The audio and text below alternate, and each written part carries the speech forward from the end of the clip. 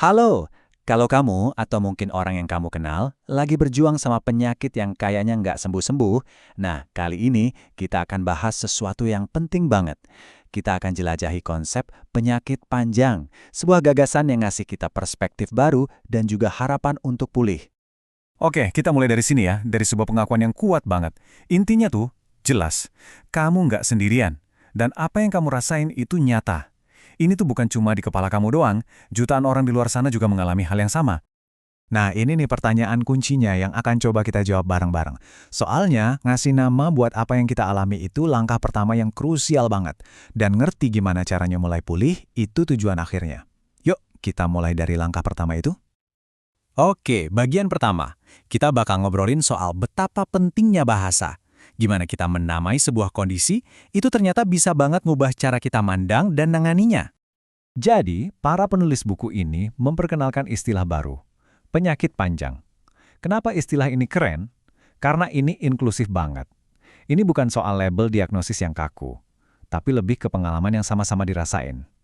Jadi, kalau kamu ngerasa gejalanya klik, ya istilah ini buat kamu. Terus kenapa sih pakainya penyakit panjang bukan penyakit kronis aja? Gini, kata kronis itu seringkali kesannya kayak udah final, nggak bisa diapa-apain lagi, dan bawa stigma medis gitu. Nah beda sama panjang, istilah ini justru datang dari pasien sendiri, kayak istilah long covid yang kita kenal. Ini tuh mengakui kalau perjalanannya masih panjang dan belum pasti, tapi nggak terdengar kayak vonis akhir. Oke, sekarang kita masuk ke intinya nih, ke penjelasan biologis yang menghubungin banyak kondisi ini. Ini tentang apa yang sebenarnya terjadi di dalam tubuh kita. Ini analogi yang gampang banget buat dimengerti. Coba bayangin deh, sistem imun kita yang harusnya jadi satpam, malah bikin kekacauan di dalam. Pesta yang tadinya buat seneng-seneng malah jadi berantakan dan ngerusak. Nah, itulah peradangan kronis. Kedengeran familiar nggak sih? Gejala-gejala ini semua tanda-tanda kalau pesta di dalam tubuh kita mungkin udah lepas kendali. Nyeri yang nggak hilang-hilang, rasa capek yang luar biasa, sampai susah fokus, semua ini akibat dari peradangan yang nggak berhenti-berhenti. Rasa capek yang kamu rasain itu bukan capek biasa loh. Ini kejadiannya di level sel. Peradangan itu nyedot energi mitokondria kita. Anggap aja mitokondria ini kayak baterai-baterai kecil yang ngasih tenaga ke tiap sel di tubuh kita. Kalau baterainya kesedot terus, ya wajar, seluruh sistem jadi melambat. Oke, kita udah ngerti nih, apa yang mungkin terjadi di dalam tubuh. Terus pertanyaannya, jadi kita bisa ngapain? Buku ini menawarkan pendekatan yang holistik untuk penyembuhan.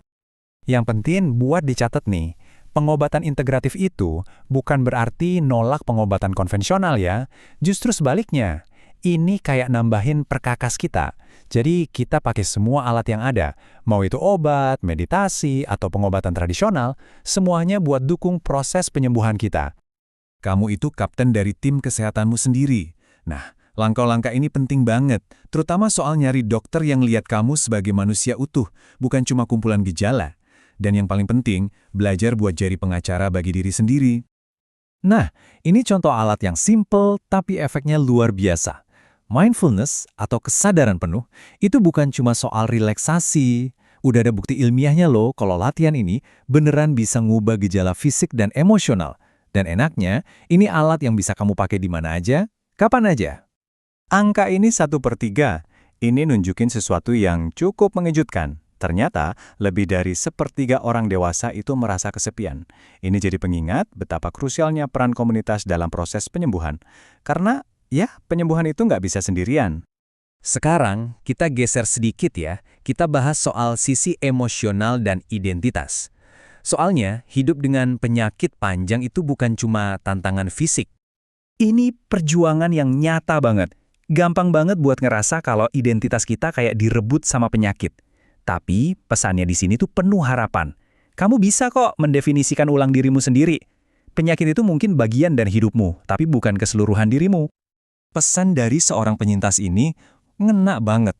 Sadar nggak sadar, banyak dari kita itu punya pandangan negatif yang udah mendarah daging soal disabilitas. Nah, pesan ini nantang kita buat mengubah cara pandang itu, bukan sebagai sesuatu yang negatif, tapi sebagai bagian netral dari pengalaman manusia. Pentingnya komunitas itu, wah, nggak bisa diungkapkan dengan kata-kata deh. Soalnya, pas kita kumpul sama orang yang pengalamannya mirip, ada validasi yang beda banget rasanya. Nggak perlu banyak ngejelasin, nggak perlu ngebela diri, mereka udah ngerti aja. Oke, bagian terakhir. Ini semua tentang kekuatan. Tentang gimana caranya ngambil alih lagi cerita hidup kita sendiri. Dan itu bisa jadi salah satu bentuk penyembuhan yang paling dalam. Konsep pengobatan naratif ini, wah, bisa mengubah segalanya. Jadi pas kamu nulisin ceritamu, kamu itu bukan cuma sekedar nyeritain ulang, tapi kamu juga memprosesnya. Kamu ngasih struktur ke pengalaman yang mungkin tadinya terasa acak-adut, dan dari situ, kamu mulai bisa ngeliat dan ngedengerin dirimu sendiri dengan lebih jernih. Nah, ini ada latihan praktis yang bisa langsung kamu coba. Namanya pohon kehidupan. Ini semacam kerangka buat mulai ngegali ceritamu sendiri. Dengan ngegambarin bagian-bagian hidupmu kayak gini, kamu bisa ngelihat gimana semuanya itu nyambung dan ngebentuk dirimu yang sekarang. Dan kita tutup dengan pertanyaan ini. Ini bukan cuma pertanyaan biasa ya, ini ajakan. Pulpennya ada di tanganmu. Kamu punya kekuatan buat ngebentuk cerita hidupmu ke depannya. Kisah penyembuhan, ketahanan, dan pemahaman diri, semuanya dimulai dari sini.